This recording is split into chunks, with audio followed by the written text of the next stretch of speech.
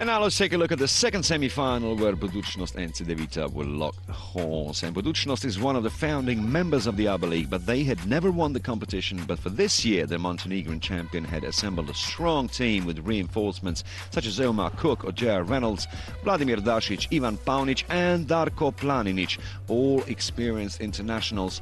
While at the start of the season, Aleksandar Čapin had left the club.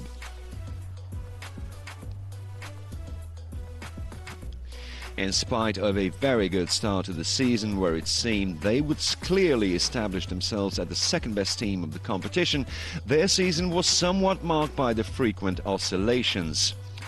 That said, they did secure second position in the end, but it was largely due to their diligence in acquiring Boris Saovic, who had turned out to be a real reinforcement. It's for the first time in the history of the competition, Budućnost finishes second after the regular season and will have home court advantage in the semi-final and a real chance for them to make the comeback to the EuroLeague after 12 years. It's true, we do have a certain advantage, but we need to prove it on the court. The coaches expect us to be ready to take a battle, and we are. I would like to use this opportunity to call upon our fans to turn up and give us their support, because it means a lot to us. Both teams have their respective advantages. I'm certain we will succeed in translating that into our game, and with our defensive performance in the end, we will prevail. And how about Cedevita? Last year they beat Partizan in the semi-final and consequently reached the EuroLeague after 2 years of absence. This year the team from Zagreb decided on another concept as they engaged no Americans, with Nemanja Gordić being the only foreigner in the team, which meant Jasmin Repeša gave bigger roles to the young and still inexperienced Marko Arapović, Lovro Mazalin and Carlos Ganec. In spite of the lack of experience, Cedevita was able to record 3 wins among the European elite and then continue their European season in the Eurocup, where they reached the final 16 phase, eventually going out to Gran Canaria. Problems with injuries to their key players Marko Tomas and Rokolini Ukic have tempered their season with oscillations, but nevertheless they were able to secure 3rd spot after the 26 rounds of the regular season.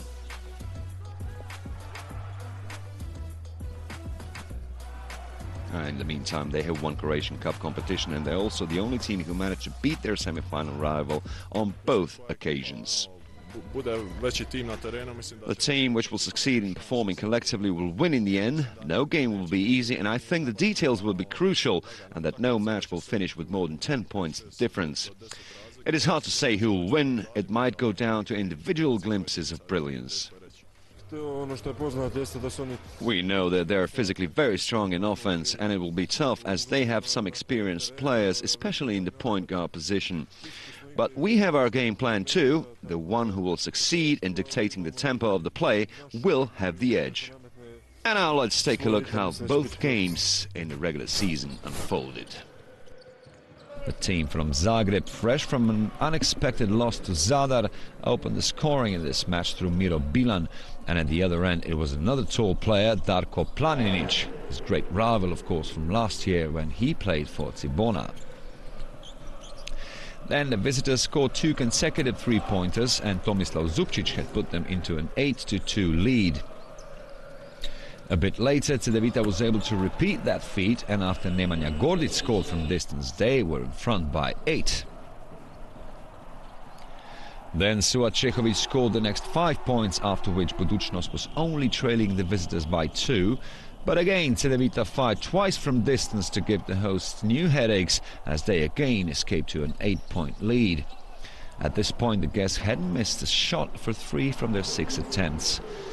At the start of the second period, Budućnost was quick to close the gap to 2 points after Bojan Subotić was successful, but Cedevita again managed to keep the hosts at bay as Miro Bilan scored twice in a row and dunked to make it 35-30.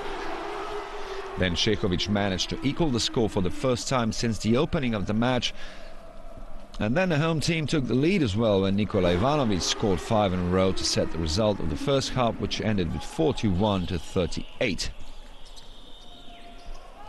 Cedevita opened the third period with another 3 as Tomislav Zupčić equaled the score to 41, and after that Suat Čehović equaled the score for the last time in the game when he made it 43-43. That was followed by 10 consecutive points from the visitors, and when Rokolini Ukic scored, Cedevita equaled their highest advantage of 8. Cedevita won the third period by 17-8, and the result after 13 minutes was 55-49. At the start of the last 10 minutes, Cedevita took a double-digit lead for the first time in the game as Luka Babic rounded up a 16-4 partial for their guests from Zagreb. Then Aleksa Popovic scored 7 in a row to close the gap to 5, and then the home team managed to cut the deficit to a single point when Vitkovac scored from the free-throw line. And the next offense, Nemanja Gortic with a lucky basket, after which Cedevita was 4 points to the good. After that, the team from Zagreb scored another 2 3-pointers, and when Ramljak succeeded in scoring from open play for the first time in the match, the gap was again 10. J.R. Reynolds was playing well in the last quarter, in which he scored 8 points, and with this action he closed the gap to 8. But Budućnost couldn't come any closer. It ended with 80-70, with Cedevita scoring as many as 12 3-pointers from only 15 attempts and managed to win a very difficult game away from home.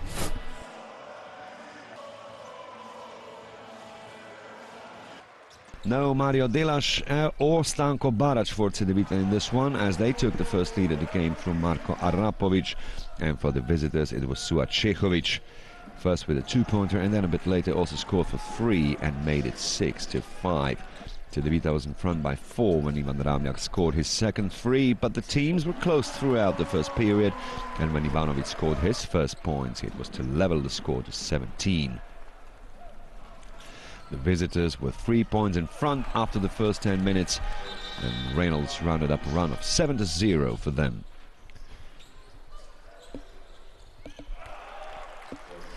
Cedevita started the second period better and was able to put together a run of 9 unanswered points, after which they were 6 points in front. And when Fran Pilepic scored from distance, the lead was 7 points. But soon after that, they managed to open up a double-digit lead for the first time when Miro Bilan made it 36-24.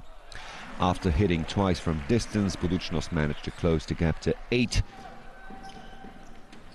But Cedevita had a strong finish to the half, and when Carlos Ganec was the last player to score in it, it was to give his team the lead of 12 before entering in the second half.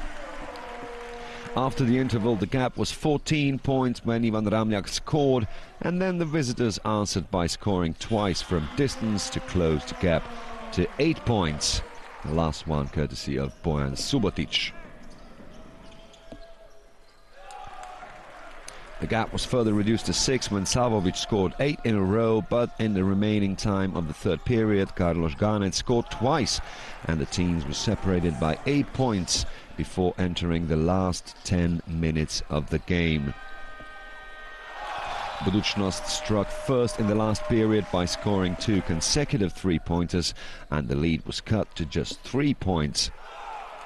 Less than 4 minutes before time, Nemanja Gortic found Miro Bilan nicely, and the two combined to give Cedevita a 10-point lead back.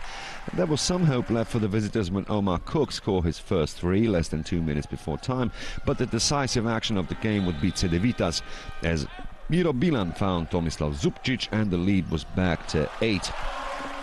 53 seconds before time, all doubts were cast away as Nemanja Gortic made it 77-65, and the game ended with 80-70, which is an identical result as from the first game in Podgorica.